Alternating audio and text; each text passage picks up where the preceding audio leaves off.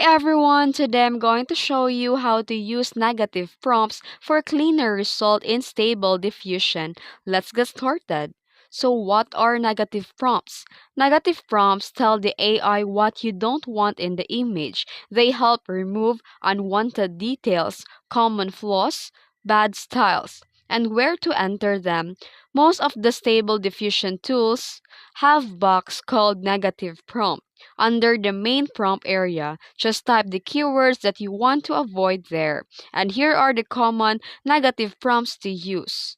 For this example, blurry, low quality, deformed, extra fingers, disfigured, bad anatomy, ugly, watermark, text, low quality, low resolution, and more. And this is the example usage. In the prompt box, you need to type your main prompt and your negative prompt. And this is my main prompt, while these are my negative prompt.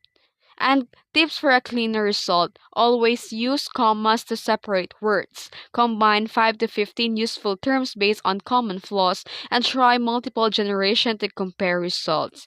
Then pro tip: use specific negative prompts based on your image type.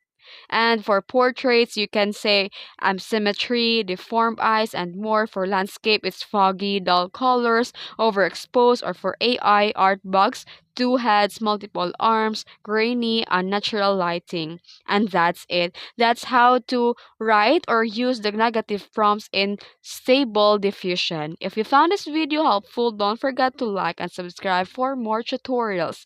Thanks for watching.